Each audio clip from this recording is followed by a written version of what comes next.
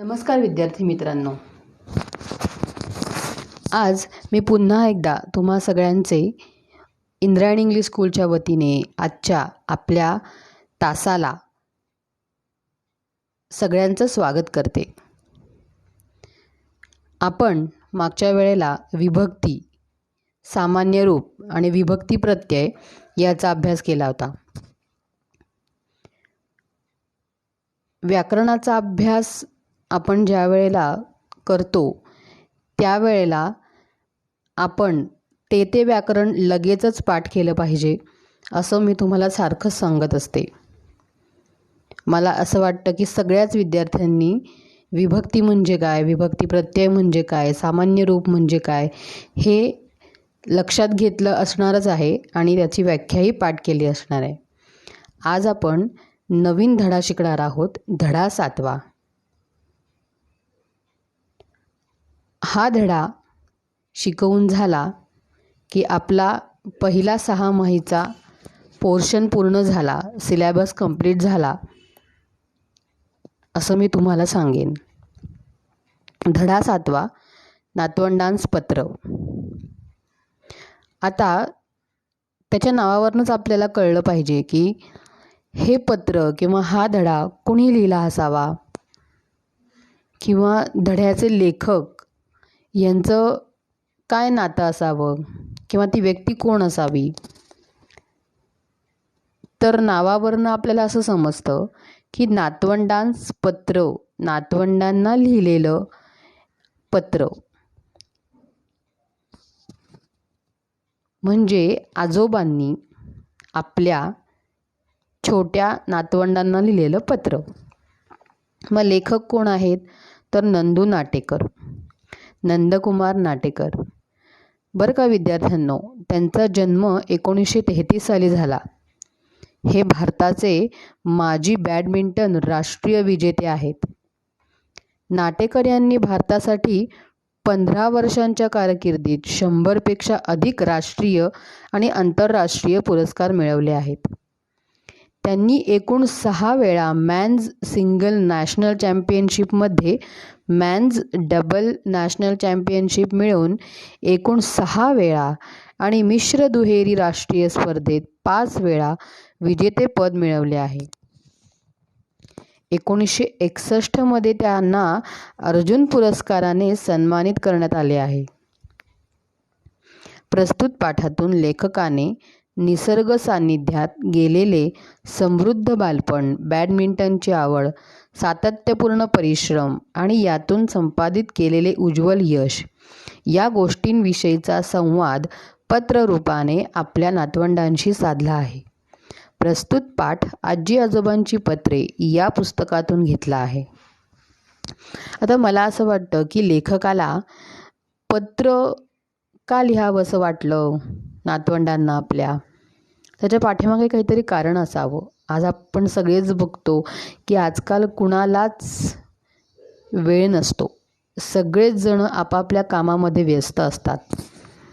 मग कामामध्ये व्यस्त असताना आपल्याला आपल्या आईवडिलांशी बोलणे किंवा आईवडिलांना त्यांच्या आईवडिलांशी बोलणे, आपल्या मुलांशी बोलणे, चर्चा करणे, संवाद करणे याकरता वेळच मिळत नाही.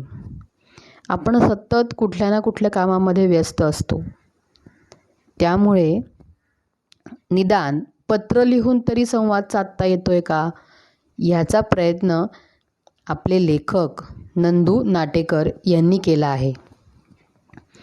आपण मागच्या 2-3 धड्यांमध्ये पण शिकलो की निसर्ग माणसाला सतत काही ना काहीतरी देत असतो. मग प्रस्तुत पाठातून लेखकाने निसर्ग सान्निध्यात गेलेले समृद्ध बालपण म्हणजे आपल्या आईवडिलांचे बालपण, आपल्या आजी आजोबांचे बालपण हे अतिशय समृद्ध होते. समृद्ध का म्हणता येईल? कारण ते निसर्गाच्या सान्निध्यात वाढले. म्हणजे ते निसर्गात लहानाचे मोठे झाले. त्यांनी निसर्ग जवळून बघितला. नदी, नाले, ओढा, शुद्ध हवा, स्वच्छ पाणी, त्यानंतर निसर्गातले वेगवेगळे फळं त्यांनी जवळून चाखली. त्यांनी प्राणी पक्षी जवळून बघितले. म्हणून त्यांचं बालपण समृद्ध आहे, बालपण श्रीमंत होतं असं म्हणतात. बॅडमिंटनची आवड, सातत्यपूर्ण परिश्रम आणि यातून संपादित केलेले उज्ज्वल यश. आता बघा, तुम्हाला मी मागे म्हटलंच होतं की प्रत्येकाच्या अंगात काही ना काहीतरी कलाच असते, पण ती जपण्याची, ती जोपासण्याची आपल्याला संधी देव देत असतो. पण त्या संधीचा फायदा कसा घ्यायचा हे मात्र आपल्यावर असतं. प्रत्येकाला काही ना काहीतरी आवड असते. कुणाला चेस खेळायला आवडतो, कुणाला कॅरम खेळायला आवडतो, कुणाला क्रिकेट खेळायला आवडतो. मी असं म्हणत नाही की सगळीच मुलं सारखी असतात. प्रत्येकाची आवड निवड ही वेगळी असते. पण स्वतःची आवड स्वतः ओळखून त्याप्रमाणे आपली एक दिशा किंवा आपलं एक ध्येय निश्चित करून आपण पुढे वाटचाल करत राहिलं पाहिजे. आता मला बरं नाही आहे किंवा आता मी लहान आहे तर मी खूप खेळणार, खूप मजा करणार. आपण आयुष्यात आनंद तर घेतलाच पाहिजे, मजा केलीच पाहिजे, पण त्याबरोबर आपलं एक असं निश्चित ध्येय असलं पाहिजे आणि त्या ध्येयाला समोर ठेवूनच आपण आपल्या आयुष्याची वाटचाल केली पाहिजे. म्हणून इथे लेखक काय म्हणतात की सातत्यपूर्ण परिश्रम म्हणजे काय? सतत. सातत्यपूर्ण म्हणजे काय?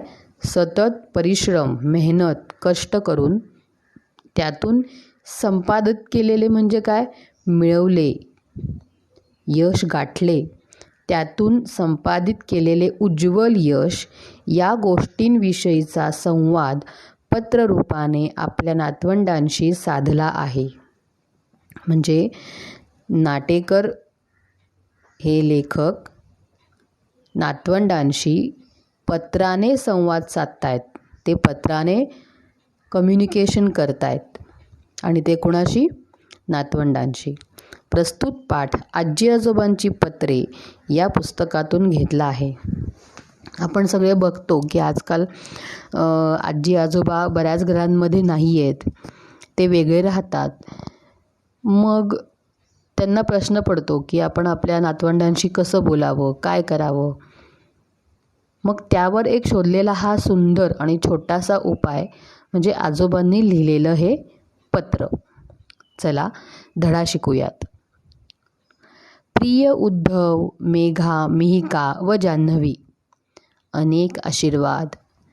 आता ज्या वेळेला आपण पत्र लिहितो, इन्फॉर्मल लेटर म्हणजे अनौपचारिक पत्र, त्यावेळेला आपल्याला सगळ्यांना माहिती आहे की आपण तिथे विषय लिहित नाही. मग आपण काय लिहितो? आपले वडीलधारी मंडळी असतील तर काय लिहितो आपण? साष्टांग नमस्कार विनंती विशेष, सा न वी वी. मग इथे आजोबांपेक्षा लहान नातवंड आहेत म्हणून त्यांनी काय म्हटलेलं आहे? प्रिय उद्धव, म्हणजे प्रिय हा उल्लेख केलेला आहे. त्यांनी आपल्या 4ही नातवंडांना उद्देशून हे पत्र लिहिलेलं आहे. ते काय म्हणतात त्यांना? तुम्हाला अनेक आशीर्वाद. आज आपण जरी एकत्र राहत नसलो तरी तुम्हाला माझ्याकडून अनेक आशीर्वाद आहेत. ते काय म्हणतात बघा?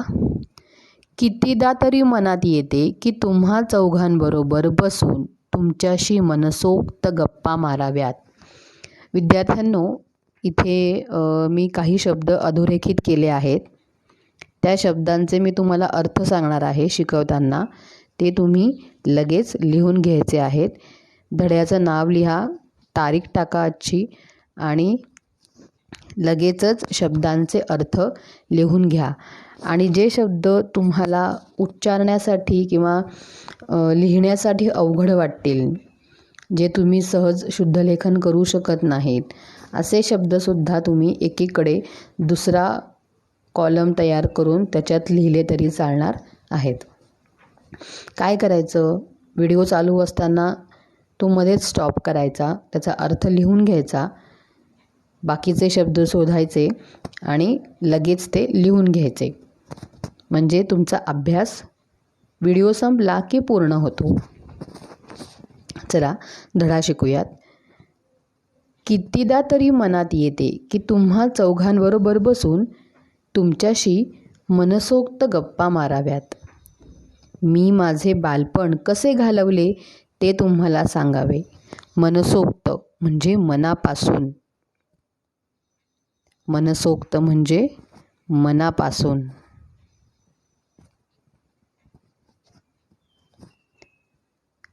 आता आजोबांना असं वाटतं की नातवंडांशी बोलावं, त्यांच्याशी आपण प्रत्यक्ष संवाद करू शकत नाही तर पत्रातून तरी करावा. म्हणून ते काय म्हणतात की मला खूप वेळा असं वाटतं की तुमच्याशी भरपूर गप्पा माराव्यात. मी माझे लहानपण कसे घालवले, लहानपणी मी काय अनुभव घेतले, काय काय पाहिलं, निसर्ग सौंदर्य कसं अनुभवलं हे तुम्हाला सांगावं. माझे शाळा कॉलेजातले दिवस कसे होते ते सांगावे. आणि पुस्तकातून, मित्रांकडून व शिक्षकांकडून मी काय काय आणि कसे कसे शिकलो ते सांगावे. आणि सगळ्यात महत्त्वाचे म्हणजे माझ्या आईवडिलांकडून, तुमच्या पणजी पणजोबांकडून, त्यांच्या मायेतून मी काय शिकलो हेही तुमच्याशी बोलावे.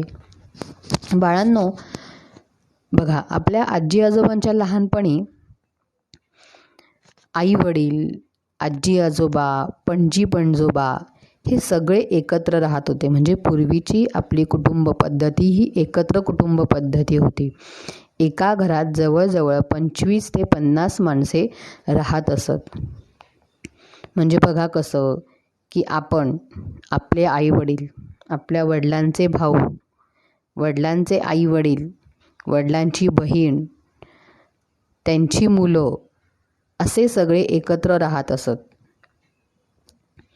मग अशा पद्धतीने घरामध्ये जवळजवळ 25 ते 30 माणसे एकत्र राहायची आणि नकळतपणे प्रत्येकाच्या स्वभावाशी जुळवून घेणे, प्रत्येकाचे मत ऐकणे, ह्या सगळ्या गोष्टी नकळतपणे आपोआप आपल्या अंगी रुजतात.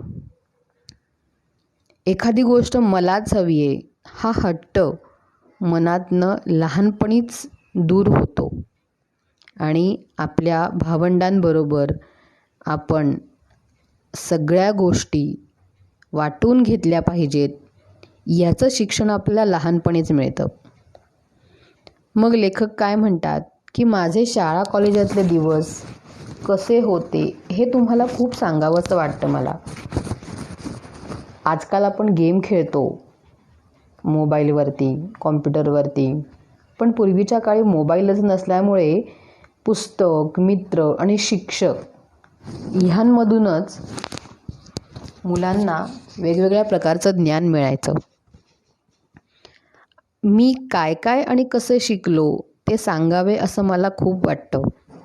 आणि सगळ्यात महत्त्वाचं, माझ्या आईवडिलांकडून, तुमच्या पणजी पणजोबांकडून आणि त्यांच्या मायेतून मी काय शिकलो हेही तुमच्याशी बोलावं. म्हणजे आजकाल तुम्हाला ह्या सगळ्याचा अनुभव मिळत नाही, किंबहुना तुम्ही घेत नाही. कारण सध्या तांत्रिक युग आहे. तंत्रज्ञानामुळे आपण सगळे जवळ आलो आहोत, पण नात्यांपासून दुरावलो आहोत. मग आईवडिलांकडून, माझ्या आजी आजोबांकडून मी काय शिकलो हे तुम्हाला मला सांगायचं आहे.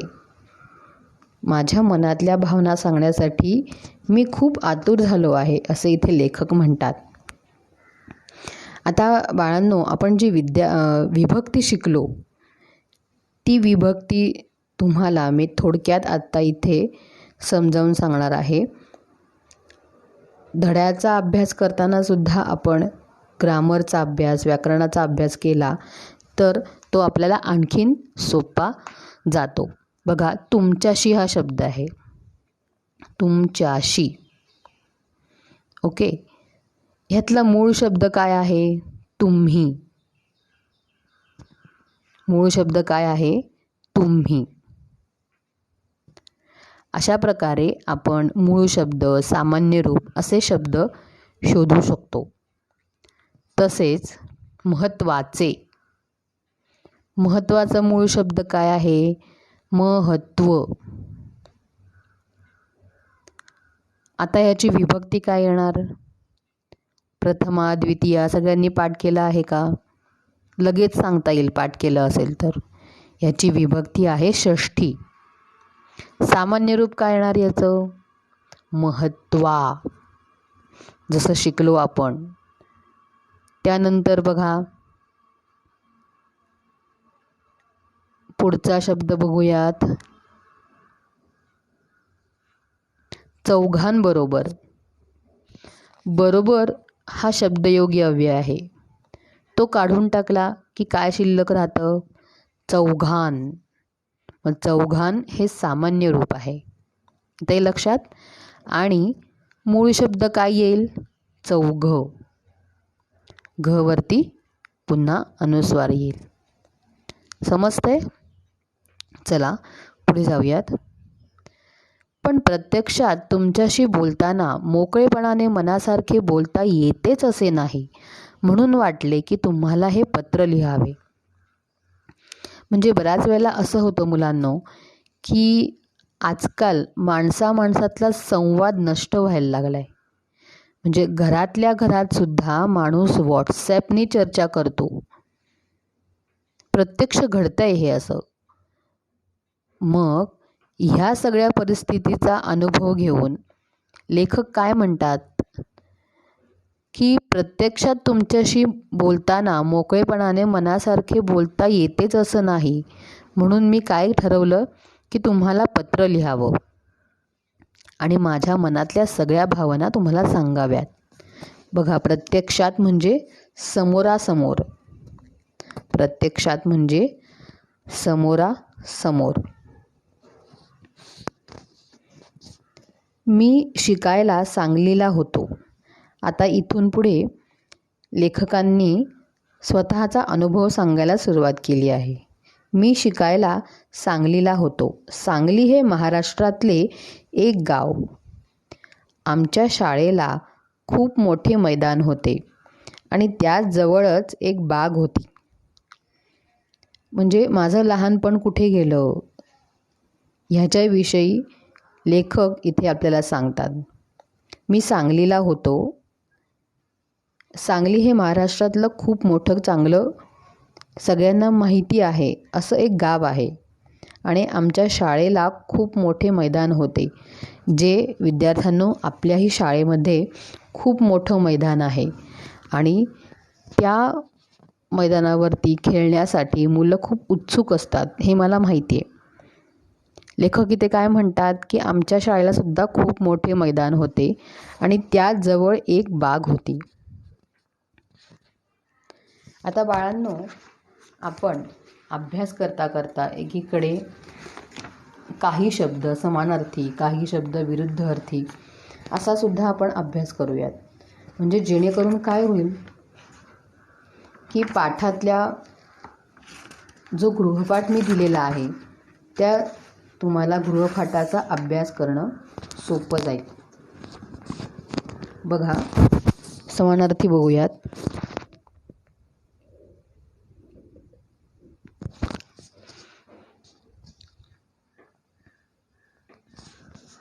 गाव काय येईल? खेड. बरोबर. मोठे, प्रचंड. मैदान, पटांगण किंवा क्रीडांगण. असंच विरुद्धार्थी पण बघू शकतो आपण. प्रत्यक्ष, अप्रत्यक्ष. मोकळेपणा, संकुचित किंवा संकोचणे.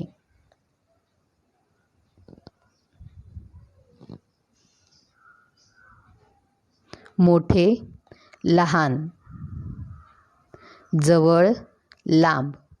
अशा पद्धतीने आपण आपल्याला जेवढे शक्य आहेत तेवढे समानार्थी आणि विरुद्धार्थी शब्द पाठातनं शोधून लिहू शकतो. लिहायचा प्रयत्न करा. पुढे, आम्ही तिथे मनसोक्त खेळायचो, हुंदडायचो, झाडांवर चढायचो, पाऊस आला की त्यात चिंब भिजायचो.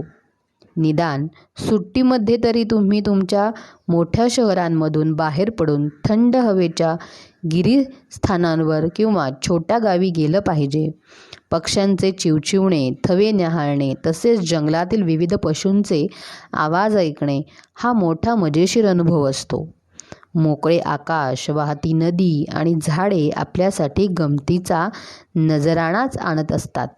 त्याची मजा तुम्ही लुटली पाहिजे. आता इथे आजोबा काय सांगतात की आम्ही काय करायचो की लहानपणी मनसोक्त खेळायचो. मनाला हवं तसं मनापासून भरपूर खेळायचो, हुंदडायचो. हुंदडणे म्हणजे काय? बागडणे, इकडे तिकडे फिरणे. झाडांवर चढायचो आणि पाऊस आला की त्यात चिंब भिजायचो. आजकाल आपल्या मुलांना किंवा विद्यार्थ्यांना पावसात जाणं, चिंब ओलं होणं, भिजणं ह्या सगळ्या गोष्टी आवडत नाहीत. असं वाटतं की काय त्या पावसात जायचं आहे, काय ते भिजायचं आहे, उगाच सर्दी होते, खोकला होतो. पण लहानपणीची मजा काही वेगळीच असते. लहानपणी पावसात जाणं, भिजणं, मित्रांबरोबर मैत्रिणींबरोबर मजा करणं हा अनुभव काही वेगळाच असतो. मग लेखक काय म्हणतात, निदान सुट्टीमध्ये तरी तुम्ही तुमच्या मोठ्या शहरांमधून बाहेर पडा. निदान म्हणजे काय?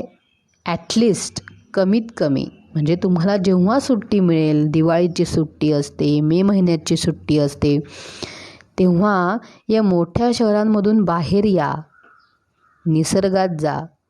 थंड हवेच्या गिरीस्थान, गिरी म्हणजे पर्वत, अंडरलाईन करायची राहिली आहे, तुम्ही शब्द लिहून घ्या. पर्वतांवर चढा, डोंगरांवर चढा. स्थान म्हणजे ठिकाण. आणि छोट्या तुम्ही गावी गेलंच पाहिजे, कारण गावी गेल्याशिवाय गावाचं महत्त्व हे तुम्हाला कळणारच नाही. छानपैकी चूल पेटवणे, चूल पेटवून त्यावर मस्त गरम गरम भाजी भाकरी खाणे आईच्या हातची, हा अनुभव काही वेगळाच असतो. पक्ष्यांचे चिवचिवणे, थवे, थवे म्हणजे समूह, पक्ष्यांचा समूह. न्याहाळणे म्हणजे निरीक्षण करणे. तसेच जंगलातील विविध पशूंचे आवाज ऐकणे हा मोठा मजेशीर अनुभव असतो. मोकळे आकाश, वाहती नदी आणि झाडे आपल्यासाठी गमतीचा नजराणाच आणत असतात. बघा, आता इथे आपण व्याकरण बघूयात. आकाश कसं आहे? मोकळं आहे. नदी कशी आहे? वाहती आहे. म्हणजे आकाश आणि नदी हे दोन्हीही नामे आहेत आणि नामांना लागलेलं हे विशेषण आहे. मोकळे आणि वाहती हे विशेषण आहे. अशा प्रकारे लेखक काय सांगतात की निसर्गामध्ये ज्या काही गोष्टी आहेत ते आपल्यासाठी गमतीचा नजराणा आणतात.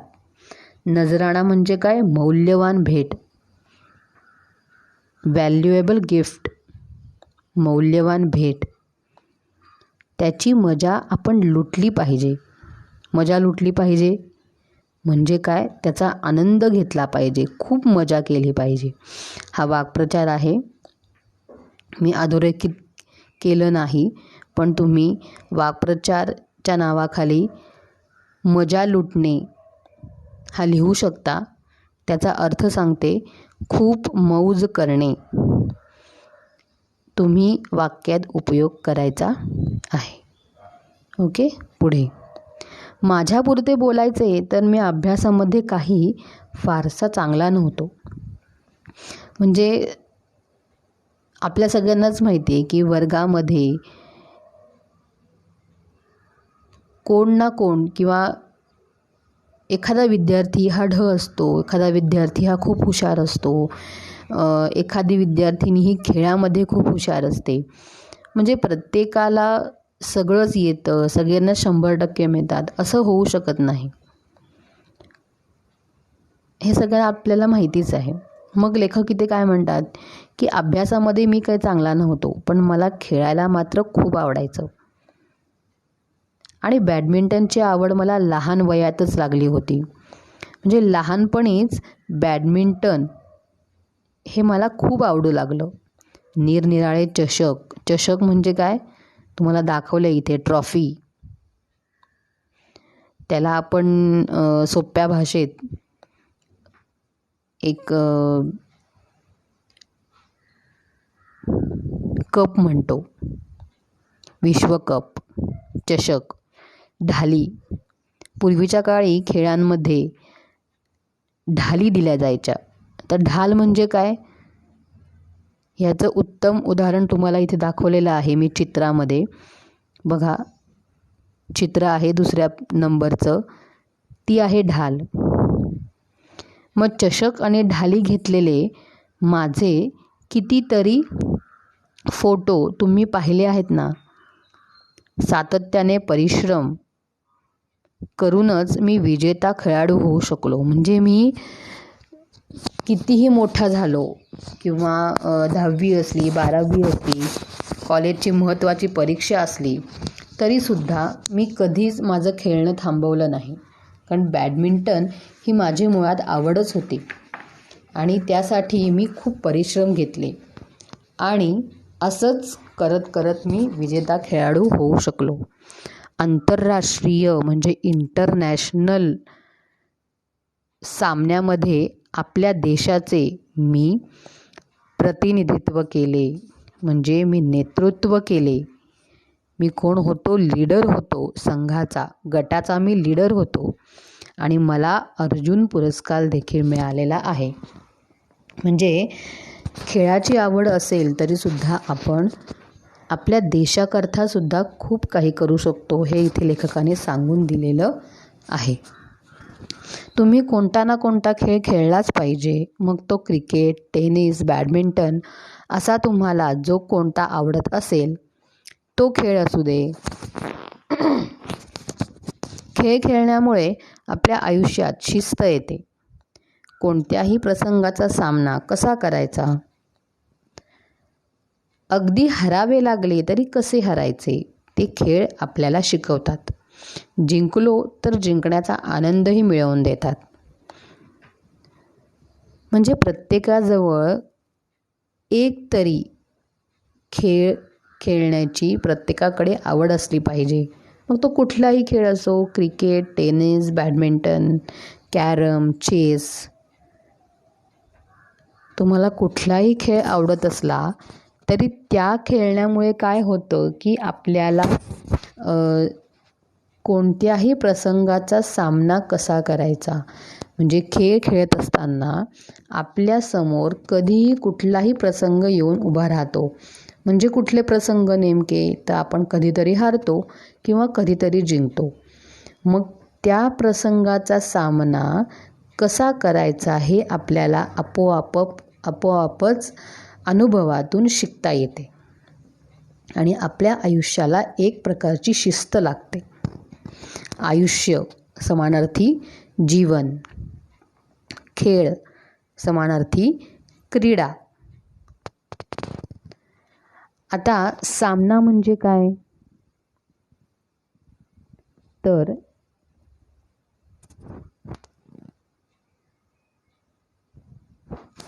सामना आपण दोन प्रकारे म्हणू शकतो. सामना म्हणजे एखाद्या प्रसंगाला सामोरे जाणे. आपल्यासमोर असलेला कुठलाही प्रसंग त्याला सामोरे जाणे म्हणजे सामना करणे. आणि सामना म्हणजे एक खेळ. ओके, आपण म्हणतो की इंडिया आणि ऑस्ट्रेलिया यांच्यामध्ये तर सामना होणार आहे, म्हणजे एक खेळ. म्हणजे इथे आपण दोन वेगळे अर्थसुद्धा बघितलेले आहेत. ओके, आता वाक्प्रचार आहे सामना करणे म्हणजे मुकाबला करणे. सामना करणे म्हणजे मुकाबला करणे. शिस्त समानार्थी आहे शासन. ओके, लेखकांचं काय म्हणणं आहे की आपल्याला वेगवेगळे खेळ देखील अनेक प्रसंगांना सामोरं कसं जायचं हे शिकवतात आणि जिंकलो तर आनंदही मिळवून देतात. प्रत्येकाने दररोज थोडा व्यायाम केलाच पाहिजे. मला वेळ नाही ही सबब सांगू नका. वेळ नाही म्हणून जेवण करायचे राहते का? बघा, उत्तम उदाहरण दिलं इथे लेखकांनी. ते म्हणतात आपण रोज थोडा व्यायाम केलाच पाहिजे. व्यायाम आपल्यासाठी खूप आवश्यक आहे. मला वेळ नाही हे कारण तुम्ही सांगू शकत नाही.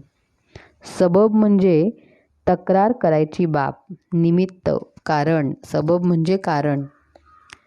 वेळ नाही हे कारण तुम्ही सांगूच शकत नाही, कारण व्यायाम ही आपली संपत्ती आहे. उत्तम आरोग्य ही आपली संपत्ती आहे आणि तुमचं आरोग्य उत्तम असेल तर तुम्ही कुठल्याही प्रसंगाला सहज तोंड देऊ शकता. म्हणून व्यायाम केलाच पाहिजे असे लेखक म्हणतात. वेळ नाही म्हणून जेवण करायचे राहते का? कसा बरोबर वेळ मिळतो आपल्याला जेवणांकरता दोन्ही वेळेला? मी म्हणतो ते पटते का तुम्हाला? जर काहीच व्यायाम झाला नसेल तर आज वयाच्या 66व्या वर्षीसुद्धा मला जेवावेसे वाटत नाही. म्हणजे तुम्हाला व्यायाम करावासा वाटत नाही तर तुम्हाला जेवावंसं पण वाटणार नाही. म्हणजे जेवढं जेवण महत्त्वाचं आहे तेवढंच आपल्याला व्यायामसुद्धा महत्त्वाचा आहे असे लेखक म्हणतात. तुम्ही जसे मोठे व्हाल, शाळांतून कॉलेजात जाल, तसा तुम्हाला कमीच कमी वेळ राहणार आहे. म्हणजे म्हणतात ना की लहानपणी आपण खूप मजा करतो, खूप मस्ती करतो, बहीण भावंडांबरोबर मारामारी करतो. हे सगळं आपण केलंच पाहिजे. लहानपण आपण अनुभव घेतलाच पाहिजे. पण त्याचबरोबर जसं आपण मोठे होतो तसं आपल्याला मिळणारा वेळ हा कमी कमी होत जातो. कारण आपला अभ्यास वाढतो.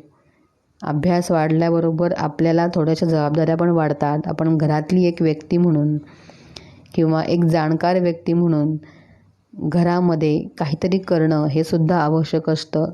2 कामं करणं हे सुद्धा महत्त्वाचं असतं. हळूहळू आपण स्वावलंबी होतो. स्वतःची कामे आपण स्वतः करू लागतो. मग आपल्या वेळेचं नियोजन करणं हे अतिशय महत्त्वाची गोष्ट होते. म्हणून आत्ता तुम्हाला खूप वेळ आहे. तुम्ही काय करा, तुमचा वेळ सत्कारणी कसा लागेल, चांगल्या कामात कसा खर्च होईल, व्यर्थ होईल हे तुम्ही बघा. पण तरी तुम्ही व्यायामासाठी 1-2 तास काढलेच पाहिजेत. मग तो व्यायाम खुल्या मैदानावरती असो, एखाद्या क्लबातील असो किंवा खास व्यायामासाठी असलेल्या जिममधला असो. मग व्यायाम तुम्ही कुठल्याही प्रकारचा करा. म्हणजे तुम्ही खेळायला जा. खेळ खेळल्याने पण भरपूर व्यायाम होतो. किंवा क्लबमध्ये जा, जिममध्ये जा.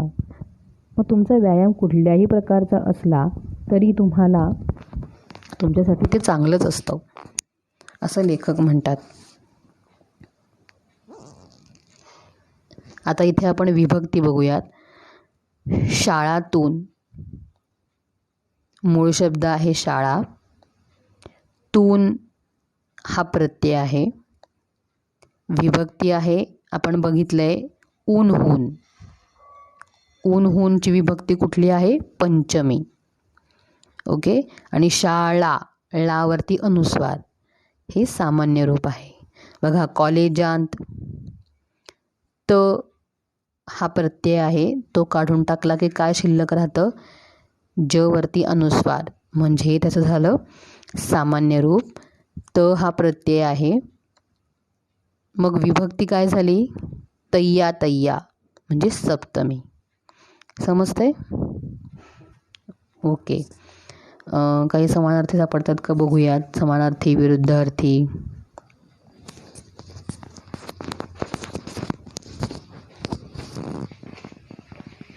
ठीक आहे, तुम्हाला सापडले तर तुम्ही लिहा.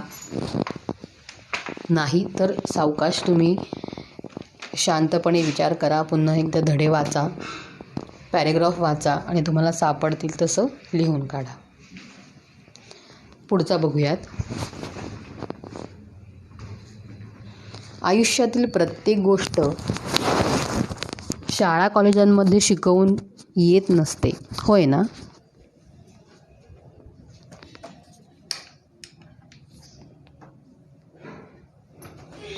म्हणून तुम्ही जसे मोठे व्हाल तसे तुम्ही आपले स्वतःचे शिक्षक व्हा. टेनिसमध्ये एखादा चेंडू रेषेच्या आत आहे की बाहेर हे आपणच पडताळून पाहतो आणि त्याप्रमाणे तो खेळायचा की सोडून द्यायचा हे ठरवतो ना.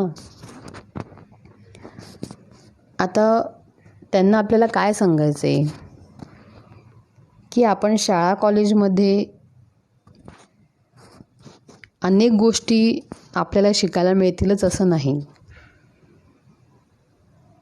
मग आपण काय करायचं की जसं आपण मोठे होतो तसं आपण स्वतःचे शिक्षक व्हायला पाहिजे.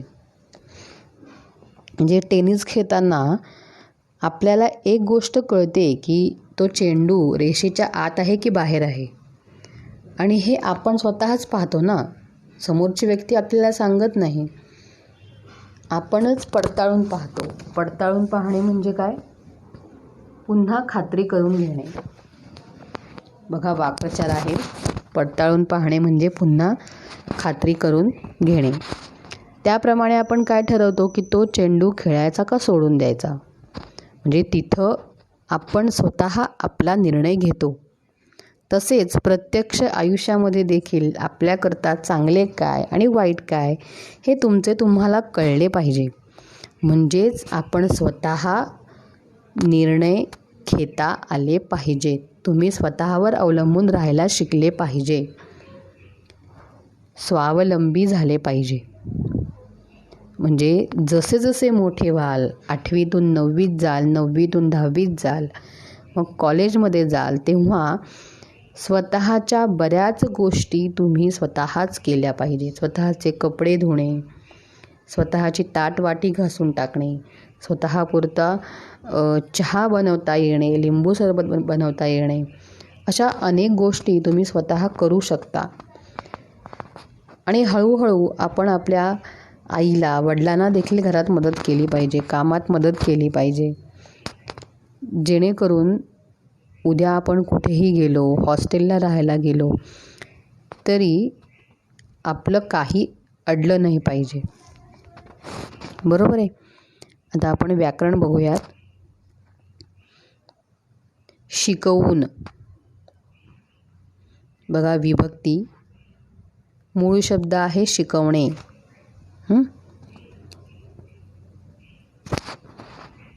विभक्ती आहे ऊनहून पंचमी. ओके. प्रत्यय काय आहे? ऊन. करेक्ट. Very good. विरुद्धार्थी बघू. स्वावलंबी, परावलंबी. त्यानंतर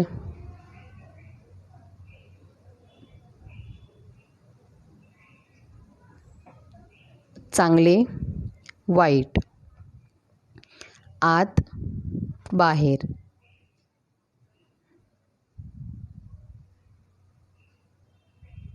गोष्ट समानार्थी कथा.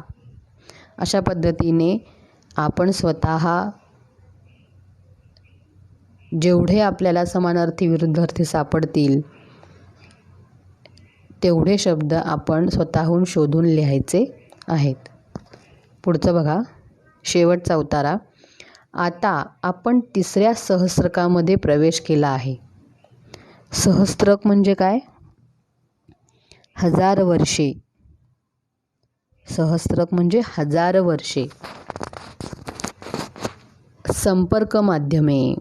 संपर्क माध्यम म्हणजे कम्युनिकेशन्सच्या ज्या काही गोष्टी आहेत त्या. म्हणजे वर्तमानपत्रे किंवा तंत्रज्ञान, मोबाईल, मीडिया फॉर कम्युनिकेशन. दळणवळण म्हणजे काय? एका ठिकाणाहून दुसऱ्या ठिकाणी वाहतूक करणे, ट्रान्सपोर्टेशन. संदेशवहन. संदेशवहन म्हणजे एका ठिकाणाहून दुसऱ्या ठिकाणी संदेश पोचवणे किंवा निरोप पोचवण्याची दूरध्वनी, भ्रमणध्वनी किंवा संगणक इत्यादी साधने. ह्याचा आवाका वाढतो आहे.